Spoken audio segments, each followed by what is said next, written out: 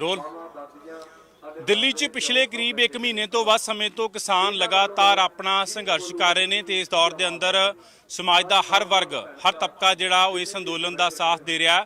ਖਾਸ ਤੌਰ ਤੇ ਜਿਹੜੀ ਨਵੀਂ ਚੀਜ਼ ਵੇਖਣ ਨੂੰ ਮਿਲੀ ਹੈ ਕਿ ਇਸ ਅੰਦੋਲਨ ਦੇ ਦੌਰਾਨ ਜਿਹੜਾ ਕਲਾਕਾਰ ਭਾਈਚਾਰਾ, ਅਦਾਕਾਰ ਭਾਈਚਾਰਾ, ਜਿਸ ਤੇ ਬਹੁਤ ਵੱਡੇ ਸ਼ਿਕਵੇ ਲੋਕਾਂ ਦੇ ਰਹੇ ਨੇ, ਉਹਨਾਂ ਨੇ ਇਸ ਵਾਰ ਆਵਾਮ ਦਾ ਮਨ ਜਿੱਤਿਆ, ਕਿਉਂਕਿ ਜਿਹੜੀ ਮੌਸੀਕੀ ਹੈ, ਜਿਹੜੀ ਗਾਇਕੀ ਹੈ, ਉਹ ਇਸ ਵਕਤ ਕਿਸਾਨੀ ਭਰਪੂਰ ਨਜ਼ਰ ਆ ਰਹੀ ਹੈ। ਕਿਸਾਨੀ ਤੇ तमाम ਗੀਤ ਗਾਏ ਜਾ ਰਹੇ ਨੇ, ਗੀਤ ਲਿਖੇ ਜਾ ਰਹੇ ਨੇ। ਪਰ ਇਹ ਸਿਲਸਿਲਾ ਪੰਜਾਬੀ ਮੌਸੀਕੀ 'ਚ ਕੋਈ ਨਵਾਂ ਨਹੀਂ ਹੈ। ਇਸ ਤੋਂ ਪਹਿਲਾਂ ਵੀ ਬਹੁਤ ਸਾਰੇ ਕਲਾਕਾਰ ਕਿਸਾਨ ਦੇ ਬਿਰਤਾਂਤ ਨੂੰ, ਕਿਸਾਨ ਦੀ ਸਥਿਤੀ ਨੂੰ ਆਪਣੀ ਕਲਮ ਦੇ ਰਾਹੀਂ ਤੇ ਆਪਣੀ ਜ਼ੁਬਾਨ ਦੇ ਰਾਹੀਂ ਗਾ ਚੁੱਕੇ ਨੇ। ਅਜਿਹੇ ਹੀ ਮਰਹੂਮ ਗਾਇਕ ਸਨ ਰਾਜ ਬਰਾੜ, ਜਿਹੜੇ ਕਿ ਜੱਟ ਦੇ ਟਰੈਕਟਰ ਦੇ ਬਾਰੇ ਗੀਤ ਗਾਉਂਦੇ ਨੇ। ਪੁੱਤ ਵਰਗਾ ਫੋਰ ਟਰੈਕਟਰ ਜੱਟ ਨੇ ਵੇਚਿਆ ਰੋ ਰੋ ਕੇ। ਤਾਂ ਬਰਾੜਵਾਦ ਜਿਹੜਾ ਇਸ ਅੰਦੋਲਨ ਦੇ ਵਿੱਚ ਆਪਣਾ ਹਿੱਸਾ ਪਾਇਆ, ਆਪਣੀ ਹਾਜ਼ਰੀ ਲਗਵਾਈ। ਦੀ ਬੇਟੀ ਸਰਤਾਜ ਬਰਾੜ ਤੇ ਬਿੰਦੂ ਬਰਾੜ ਉਹਨਾਂ ਦੇ ਪਤਨੀ ਜਿਹੜੇ ਨੇ ਇਸ ਵਕਤ ਸਾਡੇ ਨਾਲ ਮੌਜੂਦ ਨੇ। ਜਸਨੂਰ ਇੱਥੇ ਕਿਤੇ ਸ਼ਾਇਦ ਅੰਦੋਲਨ 'ਚ ਰੁੱਝੇ ਹੋਏ ਨੇ। ਸਰਤਾਜ, ਸਭ ਤੋਂ ਪਹਿਲਾਂ ਤਾਂ ਦੱਸੋ ਕਿ ਸੁਭਾਵਿਕ ਤੌਰ ਤੇ ਪਿਤਾ ਦੀ ਯਾਦ ਤਾਂ ਤੁਹਾਨੂੰ ਆਉਂਦੀ ਹੋਣੀ ਹੈ, ਕਿਉਂਕਿ ਅੱਜ ਹਰ ਕਲਾਕਾਰ ਜਦੋਂ ਕਿਸਾਨੀ ਦੀ ਗੱਲ ਕਰ ਰਿਹਾ, ਕਿਸਾਨੀ ਤੇ ਗੀਤ ਆ ਰਿਹਾ, ਬਤੌਰ ਧੀ ਰਾਜ ਬਰਾੜ ਨੂੰ ਇਸ ਅੰਦੋਲਨ ਦੇ ਦੌਰਾਨ ਕਿਵੇਂ ਯਾਦ ਕਰਦੇ ਹੋ? ਪਾਪਾ ਨੇ ਹਮੇਸ਼ਾ ਕਿਸਾਨੀ ਨੂੰ, ਫਾਰਮਰਸ ਨੂੰ ਬਹੁਤ ਰਿਸਪੈਕਟਫੁਲੀ ਦੇਖਿਆ, ਬਹੁਤ ਨੇੜੇ ਤੋਂ ਦੇਖਿਆ। ਉਹਨਾਂ ਦੇ ਫਾਦਰ, ਮੇਰੇ ਦਾਦਾ ਜੀ, ਆਪਾਂ ਇੱਕ ਕਿਸਾਨੀ ਫੈਮਿਲੀ ਤੋਂ ਹੀ ਬਿਲੋਂਗ ਕਰਦੇ ਹਾਂ ਤੇ ਉਹਨਾਂ ਨੇ ਗਾਣੇ ਵੀ ਬਹੁਤ ਗਾਏ ਨੇ। ਫੋਰ ਟਰੈਕਟਰ ਉਹਨਾਂ ਦਾ ਆਪਣਾ ਹੀ ਗੀਤ ਆ। ਤੇ ਮਿਸ ਬਸ ਤੁਸੀਂ ਜਿੱਦਾਂ ਕਿਹਾ ਕਿ ਕਰਦੇ ਹੀ ਰਹਿੰਦੇ ਆ, ਉਹ ਚੀਜ਼ ਤਾਂ ਪੂਰੀ ਨਹੀਂ ਹੋ ਸਕਦੀ। ਪਰ ਅੱਜ ਜ਼ਿਆਦਾ ਮਿਸ ਤਾਂ ਕਰ ਰਹੀ ਹਾਂ ਕਿ ਜੇ ਆਪਣੇ ਵਿੱਚ ਹੁੰਦੇ ਤਾਂ ਇੱਥੇ ਸਾਡੇ ਨਾਲ ਜ਼ਰੂਰ ਆਉਂਦੇ ਤੇ ਉਹਨਾਂ ਨੇ ਹੋ ਸਕਦਾ ਕਿ ਮੌਕੇ 'ਤੇ ਹੀ ਕੁਝ ਬਣਾ ਕੇ ਗੀਤ ਗਾ ਦਿੰਦੇ। ਮੈਂ ਚਾਹੂੰਗਾ ਕਿ ਰਾਜ ਬਰਾੜ ਦੀ ਕਮੀ ਸਰਤਾਜ ਬਰਾੜ ਪੂਰੀ ਕਰੇ, ਚਾਹੇ ਉਸ ਗੀਤ ਦੀਆਂ ਇਸ ਤਰ੍ਹਾਂ ਹੀ ਹੋ ਜਾਣ। ਓਕੇ।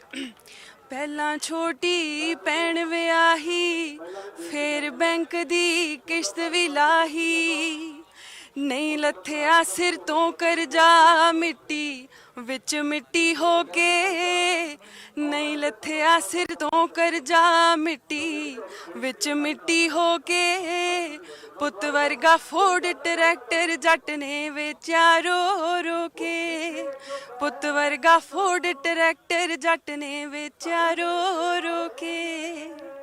ਕਿਸ ਤਰ੍ਹਾਂ ਵੇਖਦੇ ਹੋ ਨੌਜਵਾਨੀ ਦਾ ਜਿਹੜਾ ਉਦਮ ਹੈ, ਜਿਹੜਾ ਨੌਜਵਾਨੀ ਇਸ ਸੰਘਰਸ਼ ਵੱਧ ਚੜ੍ਹ ਕੇ ਰੋਲ ਅਦਾ ਕਰ ਰਹੀ ਹੈ, ਜਿਹੜੀ ਨੌਜਵਾਨਾਂ ਤੇ ਨਸ਼ੇੜੀ ਦਾ ਟੈਗ ਤੱਕ ਲੱਗ ਗਿਆ, ਤੁਸੀਂ ਕਿਸ ਤਰ੍ਹਾਂ ਵੇਖਦੇ ਹੋ ਇਹ ਜਿਹੜਾ ਪਰਿਵਰਤਨ ਆਇਆ ਜਿਹੜਾ ਯੂਥ ਦੇ ਅੰਦਰ? ਬੜੀ ਸਿੰਪਲ ਜੀ ਗੱਲ ਹੈ ਜੀ। ਅੰਨਦਾਤਾ ਕਿਸੇ ਕਾਰਨ ਇਹਨਾਂ ਨੂੰ ਕਿਹਾ ਜਾਂਦਾ ਹੈ, ਫੂਡ ਗੋਡਸ। ਜੇ ਕਿਸਾਨਾਂ ਦੇ ਨਾਲ ਹੀ ਇਹ ਸਭ ਆਪਾਂ ਕਰਾਂਗੇ, ਸਰਕਾਰਾਂ ਹੀ ਕਿਸਾਨਾਂ ਨਾਲ ਇਹ ਸਭ ਕਰਨਗੀਆਂ ਤੇ ਭੁੱਖਾ ਮਰ ਜੂਗਾ ਜੀ ਇੰਡੀਆ ਸਾਰਾ ਹੀ। ਤੁਸੀਂ ਸਟੇਜ ਤੋਂ ਇਹ ਗੱਲ ਕੀਤੀ ਹੈ, ਜਿਹੜਾ ਟੈਗ ਲੱਗ ਰਿਹਾ ਹੈ ਕਿ ਸਮਝ ਨਹੀਂ ਹੈ ਇਹਨਾਂ ਨੂੰ ਤਾਂ ਚੀਜ਼ਾਂ ਦੀ ਸਮਝ ਨਹੀਂ ਆਉਂਦੀ, ਬਿੱਲਾਂ ਬਾਰੇ ਪਤਾ ਹੀ ਨਹੀਂ ਹੈ। ਉਹਦੇ ਤੁਸੀਂ ਅੰਗਰੇਜ਼ੀ 'ਚ ਆਪਣੀ ਸਪੀਚ ਵੀ ਦਿੱਤੀ ਹੈ ਕਿ ਅਸੀਂ ਅਨਪੜ੍ਹ ਲੋਕ ਨਹੀਂ ਹਾਂ, ਅਸੀਂ ਪੜ੍ਹੇ ਲਿਖੇ ਲੋਕ ਹੈਗੇ ਹਾਂ। ਡਾਇਸਪੋਰਾ ਸਾਡੇ ਨਾਲ ਕਿਉਂ ਜੁੜਿਆ? ਸਰਕਾਰ ਦਾ ਪੰਜਾਬੀਆਂ ਦੇ ਪ੍ਰਤੀ ਇਹ ਨਜ਼ਰੀਆ ਕਿਉਂ ਹੈ? ਕਿਉਂਕਿ ਆਪਾਂ ਬਹੁਤ ਨਿਡਰ ਹਾਂ ਜੀ। ਇਹ ਹਮੇਸ਼ਾ ਤੋਂ ਬਹੁਤ ਨਿਡਰ ਕੌਮ ਆ ਔਰ ਬਿਨਾਂ ਕਿਸੇ ਤੋਂ ਡਰੇ ਹਮੇਸ਼ਾ ਆਪਣੇ ਹੱਕਾਂ ਲਈ ਲੜਦੀ ਰਹੀ ਆ। ਸੋ ਸ਼ਾਇਦ ਤਾਂ ਸਰਕਾਰ ਦਾ ਇਹ ਨਜ਼ਰੀਆ। ਬਿੰਦੂ ਜੀ, ਤੁਸੀਂ ਕਿਸ ਤਰ੍ਹਾਂ ਮਹਿਸੂਸ ਕਰਦੇ ਹੋ ਅੰਦੋਲਨ 'ਚ ਸ਼ਾਮਲ ਹੋ ਕੇ ਤੇ ਖਾਸ ਤੌਰ ਤੇ ਔਰਤਾਂ ਦੇ ਜਜ਼ਬੇ ਨੂੰ ਵੇਖ ਕੇ? ਇਸ ਵਕਤ ਅਸੀਂ ਉਗਰਾਹਾਂ ਦੀ ਸਟੇਜ ਤੇ ਹਾਂ ਤੇ ਮੇਰਾ ਖਿਆਲ ਬਹੁਤ ਵੱਡਾ ਕਾਫਲਾ ਜਿਹੜਾ ਉਹਦੇ 'ਚ ਬੀਬੀਆਂ ਦਾ ਕੱਟ ਸਭ ਤੋਂ ਵੱਧ ਹੈ। ਮੈਨੂੰ ਬਹੁਤ ਹੀ ਚੰਗਾ ਲੱਗਿਆ ਐਕਚੁਅਲੀ ਉਹਨਾਂ ਨੂੰ ਦੇਖ ਕੇ ਨਾ। ਮੈਂ ਤਾਂ ਸਲੂਟ ਕਰਦੀ ਹਾਂ ਉਹਨਾਂ ਨੂੰ, ਕਦੋਂ ਦੀਆਂ ਬੈਠੀਆਂ ਹੋਈਆਂ ਆ ਕੇ। ਤਾਂ ਅਸੀਂ ਥੋੜਾ ਜਿਹਾ ਲੇਟ ਹੋ ਗਏ ਪਰ ਉਸ ਦਿਨ ਦੀ ਅਸੀਂ ਸੋਚ ਰਹੇ ਸੀ। ਮੈਂ ਇੱਕ ਗੱਲ ਕਹੂੰਗੀ ਕਿ ਕਹਿੰਦੇ ਹੁੰਦੇ ਰੱਬ ਤੇ ਅੱਤ ਦਾ ਵੈਰ ਹੁੰਦਾ ਹੈ। ਸਰਕਾਰ ਨੇ ਅੱਤ ਕਰਾਤੀ। ਪਹਿਲਾਂ ਤਾਂ ਰਾਤ ਕਹਿੰਦੇ ਆ 4 ਘੰਟੇ ਬਾਅਦ ਜੀ ਕਿ ਨੋਟਬੰਦੀ ਹੋ ਗਈ ਹੈ, 12 ਵਜੇ ਤੋਂ 500 ਤੇ 1000 ਦੇ ਨੋਟ ਬੰਦ। ਮੈਨੂੰ ਤਾਂ ਇਹਨਾਂ ਦੀਆਂ ਨੀਤੀਆਂ ਸਮਝ ਨਹੀਂ ਆਉਂਦੀਆਂ। ਮੈਂ ਆਪਣੀ ਫੇਸਬੁੱਕ ਤੇ ਲਿਖਿਆ ਸੀ ਕਿ ਮੈਨੂੰ ਤਾਂ ਸਮਝ ਨਹੀਂ ਆਉਂਦੀ ਕਿ ਇਹਨਾਂ ਨੂੰ ਸਮਝ ਕਿਉਂ ਨਹੀਂ ਆਉਂਦੀ। ਬਾਕੀ ਇਹ ਆ ਕਿ ਜਦੋਂ ਇਹਨਾਂ ਨੇ ਅੱਤ ਕਰਾਤੀ, ਟ੍ਰੇਨਾਂ ਮੈਨੂੰ ਲੱਗਦਾ ਕਿ ਰੇਲਵੇ ਡਿਪਾਰਟਮੈਂਟ ਵੇਚਤਾ, ਜਹਾਜ਼ ਵੇਚਤੇ, ਪਤਾ ਨਹੀਂ ਕੀ ਕੁਛ, ਬੈਂਕਾਂ ਵੇਚਤੀਆਂ, ਕੁਝ ਵੀ ਨਹੀਂ ਆਇਆ ਨਵਾਂ ਤਾਂ ਸਰਕਾਰ ਦੇ ਹੁੰਦਿਆਂ। ਤਾਂ ਮੈਨੂੰ ਲੱਗਦਾ ਕਿ ਉਹੀ ਗੱਲ ਉੱਥੇ ਆ ਜਾਂਦੀ ਕਿ ਰੱਬ ਤੇ ਅੱਤ ਦਾ ਵੈਰ ਹੁੰਦਾ ਤੇ ਅੱਤ ਕਰਾਈ ਸਰਕਾਰ ਨੇ ਤਾਂ ਰੱਬ ਸੜਕਾਂ ਤੇ ਆ, ਰੱਬ ਸਾਹਮਣੇ ਆਪਣੇ। ਮੈਂ ਤਾਂ ਰੱਬ ਹੀ ਦੇਖ ਰਹੀ ਹਾਂ ਇੱਥੇ। ਬਾਕੀ ਇਹ ਆ ਕਿ ਜਦੋਂ ਰੱਬ ਨਾਲ ਤਾਂ ਕੋਈ ਪੰਗਾ ਨਾ ਹੀ ਲਵੇ ਤਾਂ ਚੰਗਾ ਹੋ ਜਾਏ ਤੇ ਉਹਨਾਂ ਨੇ ਰੱਬ ਨਾਲ ਪੰਗਾ ਲੈ ਲਿਆ। ਸਵਿਤਾਜ ਤਾਂ ਤੁਹਾਡੀ ਬੇਟੀ ਹੈ, ਤੁਸੀਂ ਤਾਂ ਰਾਜ ਦੇ ਨਾਲ ਲੰਬਾ ਸਮਾਂ ਜੀਵਨ ਸਾਥੀ ਦੇ ਤੌਰ ਤੇ ਬਤੀਤ ਕੀਤਾ। ਗਾਇਕੀ 'ਚ ਬੜੇ ਉਤਰਾਅ ਤੇ ਚੜ੍ਹਾਏ, ਪਰ ਹੁਣ ਜਿਹੜਾ ਕਲਾਕਾਰਾਂ ਦੇ ਪ੍ਰਤੀ ਲੋਕਾਂ ਦਾ ਨਜ਼ਰੀਆ ਬਦਲਿਆ। ਖਾਸ ਤੌਰ ਤੇ ਇੱਕ ਸਮੇਂ ਦੇ ਅੰਦਰ ਕਲਾਕਾਰਾਂ ਨੂੰ ਬਹੁਤ ਵੱਡੇ ਪੱਧਰ ਤੇ ਕ੍ਰਿਟੀਸਾਈਜ਼ ਕੀਤਾ ਜਾਂਦਾ ਸੀ। ਹੁਣ ਜੋ ਨਜ਼ਰੀਆ ਬਦਲਿਆ ਕਲਾਕਾਰਾਂ ਦੇ ਪ੍ਰਤੀ, ਕਲਮਾਂ ਬਦਲੀਆਂ ਨੇ, ਆਵਾਜ਼ਾਂ ਬਦਲੀਆਂ ਨੇ, ਤੁਸੀਂ ਇਸ ਪਰਿਵਰਤਨ ਨੂੰ ਕਿਵੇਂ ਵੇਖਦੇ ਹੋ? ਕਿਤੇ ਨਾ ਕਿਤੇ ਫਾਇਦਾ ਵੀ ਹੋ ਗਿਆ ਆਪਣਾ ਇਸ ਅੰਦੋਲਨ ਨਾਲ। ਜਿਹੜੇ ਅਸੀਂ ਸਾਡੇ ਵਾਲੀ ਜਨਰੇਸ਼ਨ ਇਹ ਸੋਚਦੀ ਸੀ ਕਿ ਅੱਜ ਕੱਲ ਦੀ ਜਨਰੇਸ਼ਨ ਜਿਹੜੀ ਆ ਇਹ ਮਿਲਨਸਾਰ ਨਹੀਂ ਆ, ਇਹ ਆਪਣੇ ਆਪ ਚ ਮਸਤ ਰਹਿੰਦੇ ਆ। ਬਜ਼ੁਰਗ ਕਹਿੰਦੇ ਸੀ ਬਣੂਗਾ ਕੀ ਅੰਦਰ ਵੜੇ ਰਹਿੰਦੇ ਆ, ਫੋਨਾਂ ਤੇ ਰਹਿੰਦੇ ਆ। ਪਰ ਕਮਾਲ ਹੀ ਹੋਈ ਪਈ ਆ। ਮੈਂ ਤਾਂ ਨੌਜਵਾਨਾਂ ਨੂੰ ਵੇਖ ਵੇਖ ਕੇ ਬਹੁਤ ਹੀ ਚੰਗਾ ਲੱਗ ਰਿਹਾ ਹੈ ਕਿ ਉਹ ਇੰਨਾ ਭਾਈਚਾਰਾ ਦਿਖਾ ਰਹੇ, ਇੰਨਾ ਅੱਗੇ ਲੀਡਰਸ਼ਿਪ ਉਹਨਾਂ 'ਚ ਇੰਨੀ ਜ਼ਿਆਦਾ ਹੈਗੀ ਆ ਕਿ ਉਹ ਮੈਨੂੰ ਤਾਂ ਬਹੁਤ ਚੰਗਾ ਲੱਗ ਰਿਹਾ। ਔਰ ਵਾਕਈ ਹੀ ਗਾਇਕੀ ਦਾ ਵੀ ਤੁਸੀਂ ਵੇਖੋਗੇ ਇੱਕ ਜਿੱਦਾਂ ਦੌਰ ਹੀ ਪਲਟ ਗਿਆ ਹੁੰਦਾ। ਮਤਲਬ ਸਾਰਾ ਕੁਝ ਆਪਣੇ ਇਸ ਟੌਪਿਕ ਤੇ ਹੀ ਆ ਰਿਹਾ ਸਾਰਾ ਕੁਝ। ਇਸ ਵਕਤ ਕਨਵਰ ਗਰੇਵਾਲ ਸੁਣਾ ਰਿਹਾ। ਬਿਲਕੁਲ, ਹਾਂਜੀ ਹਾਂਜੀ ਹਾਂਜੀ, ਮੈਂ ਸੁਣ ਰਹੀ ਉਹਨਾਂ ਨੂੰ। ਤਾਂ ਬਹੁਤ ਹੀ ਕਿ ਇਹ ਚੀਜ਼ ਸਿਰਫ ਇਹ ਨਹੀਂ ਕਿ ਉਹ ਇਦਾਂ ਗਾਣੇ ਗਾਉਂਦੇ ਆ ਹਥਿਆਰਾਂ ਦੇ, ਉਹ ਦੇਖੋ ਜੰਗਾ ਵੀ ਕਿੰਨਾ ਸੋਹਣਾ ਗਾਉਂਦੇ ਆ। ਹੁਣ ਪਤਾ ਲੱਗਾ ਕਿ ਕਿੰਨੇ ਵਧੀਆ ਹੈ ਐਕਚੁਅਲੀ ਸੋਚ ਤਾਂ ਉਹਨਾਂ ਦੀ। ਜਿਹੜੇ ਕਲਾਕਾਰਾਂ ਨੂੰ ਨਫ਼ਰਤ ਕੀਤੀ ਜਾਂਦੀ ਸੀ, ਕ੍ਰਿਟਿਸਾਈਜ਼ ਕੀਤਾ ਜਾਂਦਾ ਸੀ, ਸਬਤਾਜ, ਅੱਜ ਉਹੀ ਕਲਾਕਾਰ ਲੋਕਾਂ ਦੇ ਰੋਲ ਮਾਡਲ ਬਣੇ ਨੇ। ਤਾਂ ਮੰਨਿਆ ਜਾਂਦਾ ਹੈ ਕਿ ਕੰਟੈਂਟ ਭਰਪੂਰ ਗਾਇਕੀ ਆ ਰਹੀ ਹੈ। ਬਤੌਰ ਗਾਇਕਾ ਹੀ ਮੈਂ ਕਹੂੰਗਾ, ਤੁਸੀਂ ਕਿਵੇਂ ਵੇਖਦੇ ਹੋ ਕਿ ਤੁਹਾਡਾ ਵੀ ਕੋਈ ਗੀਤ ਆ ਰਿਹਾ ਕਿਸਾਨੀ ਦੇ ਕਿ ਨਹੀਂ? ਕੋਸ਼ਿਸ਼ ਪੂਰੀ ਹੈ ਜੀ। ਕਿਆ ਹੋਇਆ ਕਿਸੇ ਰਾਈਟਰ ਨੂੰ ਕਿ ਲਿਖਣ ਤੇ ਜਲਦੀ ਹੋ ਸਕਦਾ। ਤੁਸੀਂ ਅਖੀਰ 'ਚ ਕੋਈ 17 ਹੋਰ ਸੁਣਾ ਦਿਓ ਪਾਪਾ ਲਈ ਹੀ ਕੁਝ, ਕਿਉਂਕਿ ਅੱਜ ਜ਼ਿਆਦਾ ਮਿਸ ਕਰ ਰਹੀ ਹਾਂ।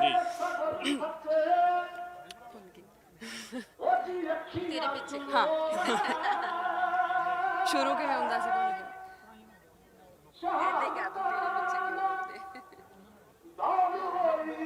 ਕੱਟ ਕਰਕੇ ਲਾ ਦੋਗੇ ਨਾ, ਕੋਈ ਚੱਕਰ ਨਹੀਂ, ਕੋਈ ਚੱਕਰ ਨਹੀਂ।